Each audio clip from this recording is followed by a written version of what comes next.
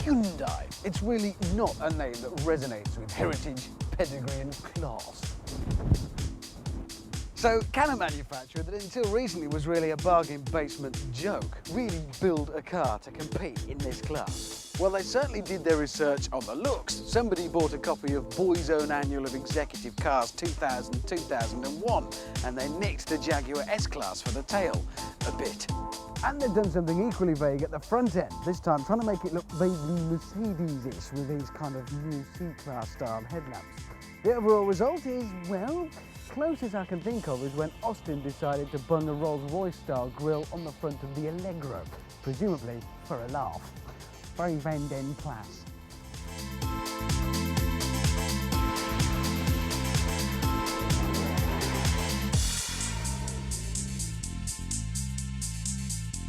Your driving experience of the Sonata largely depends upon your expectations. If you're not expecting much, then it could be a pleasant surprise actually. You've got a choice. You can have a 2-litre 4-cylinder engine, or as we've got here, a V6 2.7 litre.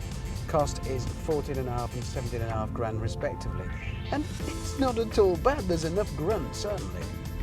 Where it starts to fall down is if you're expecting Mercedes levels of ride and handling, because they're not there. You do feel smaller bumps, it feels a bit soggy to steer, but then it's not a pin-sharp racing machine, it's for businessmen and women to bollop away when they're hooning up and down the motorway. They just want to be comfy, and it is.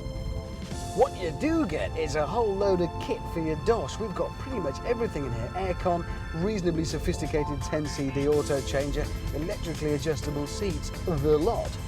With this top spec V6 you also get an automatic gearbox that you can push the lever across to the left and slot it up and down to change up and down the gears. Great fun, you'll use it once on the day you get it and probably never bother slipping it out of automatic again. But it's nice to get it for this kind of money.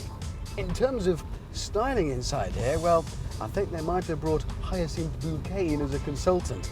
Loads and loads of plastic wood that ain't fooling anyone. I'm sure somewhere in here there's a potpourri holder. It's a little over the top. Of course, they are going to face one problem. What they're trying to do is educate businessmen and women to a new idea and say, throw away all your preconceptions about buying a classy brand. Buy one from us, it's a lot cheaper, you get a lot of kit and it'll do the job.